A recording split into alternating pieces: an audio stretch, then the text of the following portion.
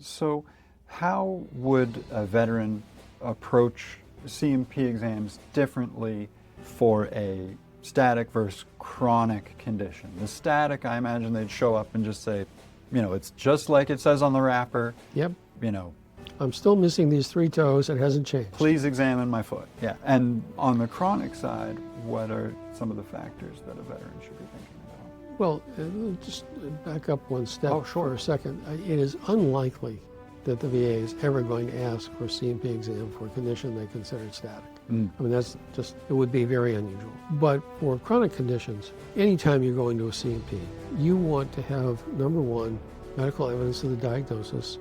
Every once in a while they try to rethink the diagnosis, so go prepared, have something with the diagnosis. You want to have if possible, a recent summary of the symptoms and treatment from whoever you're treating with, whether a physician or a nurse practitioner or a counselor or a psychologist, whoever it is, if possible. And I know these folks are busy and they have big caseloads and you can't always get what you want, but try to get a written summary of the recent treatment and symptoms, and preferably covering the period since the last C&P exam, and make a copy of that, leave it with the examiner, and say, this is for you, and leave it with them. The other thing is, go prepared to talk about your symptoms. Welcome to the Victory Over VA podcast, a podcast about empowering veterans to overcome denied disability claims. Each week, we deliver critical insights to help you understand the disability process, veterans' benefits, and how to take control of your legal rights. Now here's your host, Attorney Francis Jackson.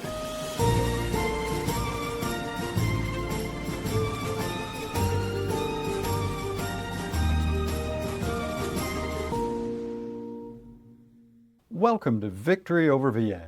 If you're a veteran struggling with the VA's disability system, or just want to make sure you're getting the benefits you've earned, you're in the right place. Don't forget to hit subscribe so you never miss an update that could change your life. I'm Christian Terrison, here with renowned veterans disability attorney Francis Jackson of Jackson and MacNichol. Jack has dedicated his career to helping veterans like you win the benefits you deserve, recovering millions of dollars for thousands of heroes. This podcast isn't just for veterans navigating the system, though.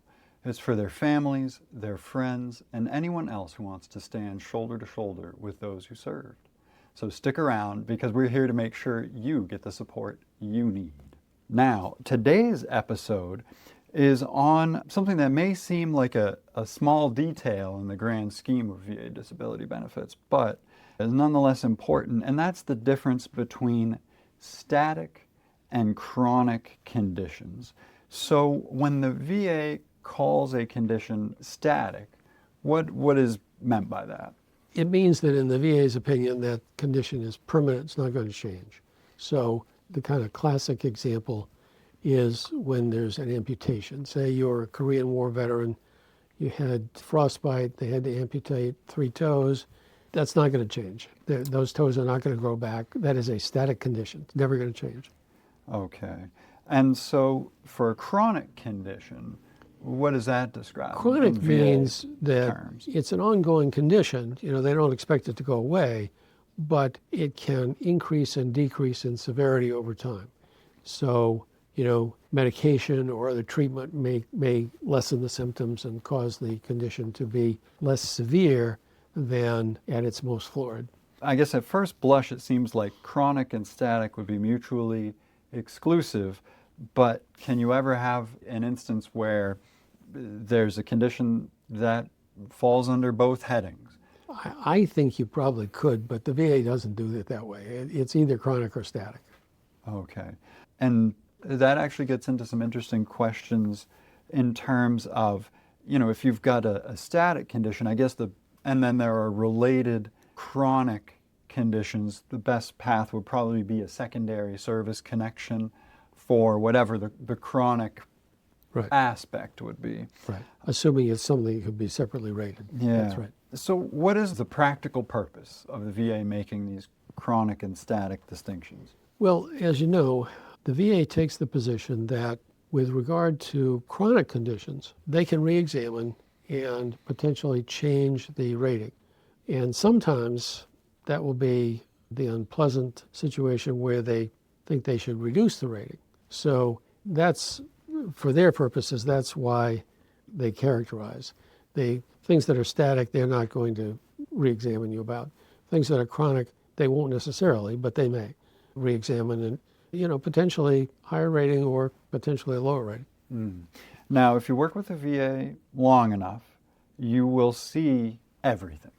So in a situation where you have a veteran with a static condition, somehow in their infinite wisdom, the VA ends up setting this person for a CMP exam, does the veteran still have to attend, or can they rely on the static designation? No, they still have to attend. The problem is there's a regulation that says that if you refuse to go to an examination, that alone can be the basis for denying the claim. And in the context of a re-examination, they could probably use that as a basis for reduction if you refuse to participate. So you never want to refuse to go to a VA exam. I mean, you can call them up and talk to them and say, look, everybody agrees this is a static condition. It's a waste of everybody's time for you to have me re-examined. And you might talk them out of it, but you should never just out and out refuse to go. Okay. And conversely, for a veteran with a chronic condition, does that automatically mean they'll be subject to reevaluation at some point? No. They may or may not, but it really depends a lot on what's going on. If you have a combination of multiple conditions, which is usually the situation with most vets who are getting compensation, then if the overall tenor of the situation is such that it's obvious they're not going to reduce your benefits, it's unlikely they're going to bother with a new examination. About the only time that they're going to do any kind of sweeping re-examination is if you have multiple conditions and then you apply for TDIU. They might ask the examiner to kind of look at everything that's going on because those are all going to go into the overall combined rating to be considered for TDIU. So it sounds like the veterans have very limited influence regarding what is deemed static and what is deemed chronic in terms of their... I wouldn't necessarily say that. It's kind of like permanent and total. You can ask the VA to rate things as static or as permanent and total, so that they're not subject to re-examination. Doesn't mean they will, but you have the option of asking. Okay. And what evidence would support a static determination? What should a veteran be doing to fall under that heading? Well, if it's not something that's so obvious as an amputation, where we know it can't change, or permanent paralysis or whatever, then I would think probably a letter from the treating specialist, if there is one, saying, Jones has Crohn's disease. It's advanced enough that he's never going to recover. It's never going to drop below the 30% or 50% or whatever it's rated at. It would make sense for you to call it a static condition from this point forward. If that's what you want them to do, that's the evidence that I would give to them. And so the chief benefit of having a condition designated as static is that it's not subject to any reevaluation. To re-examination. Is there anything that could happen to get a condition once deemed static moved back into the chronic camp? Anything that would... Really, the only thing that would change a condition that once it's been labeled as static, I think, is if there was some showing of fraud. As you know, the government is paranoid about fraud in Social Security and to some extent in VA. They're not as bad in VA, but they're absolutely paranoid about it in Social Security. So there's more kind of underlying thinking about that in terms of looking at claims than there used to be. Is there any risk to having a condition term static? For instance, if... Well, if you think the condition really isn't static and it's going to get worse, you don't want them to call it static. I mean, you want them to keep it as a claim that they will re-examine or can re-examine and can reconsider and might move up in terms of the rating. So there's the other edge to the double-edged sword. Static, it won't go any lower. but nor will it go any higher. That's right. Gotcha.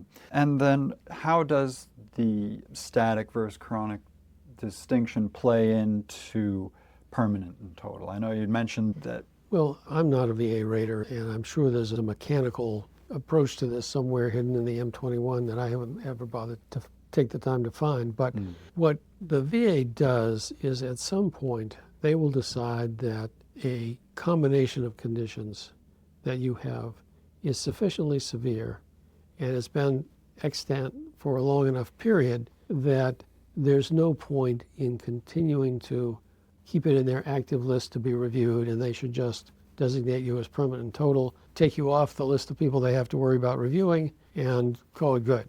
And the more your conditions are static, the more it contributes to that kind of view at the VA. You know, if you have a lot of conditions that are constantly in flux, you know, particularly if you're a younger veteran and they're hoping you're going to get healthier and do better, get back to work and so on, then they'll want to kind of pay attention and follow you along. If you're older and you have these conditions that probably aren't going to change much except to get worse, they're likely to just slap a permanent total rating on and call it good. Gotcha. So how would a veteran approach CMP exams differently for a static versus chronic condition? The static, I imagine they'd show up and just say, you know, it's just like it says on the wrapper. Yep. You know, I'm still missing these 3 toes. It hasn't changed. Please examine my foot. Yeah. And on the chronic side, what are some of the factors that a veteran should be thinking about? Well, just back up one step for a second. It is unlikely that the VA is ever going to ask for a CMP exam for a condition they consider static. I mean, that's just, it would be very unusual. But for chronic conditions, anytime you're going to a CMP, you want to have, number one, medical evidence of the diagnosis. You know, every once in a while they try to rethink the diagnosis, so go prepared, have something with the diagnosis. You want to have if possible, a recent summary of the symptoms and treatment from whoever you're treating with, whether a physician or a nurse practitioner or a counselor or a psychologist, whoever it is, if possible.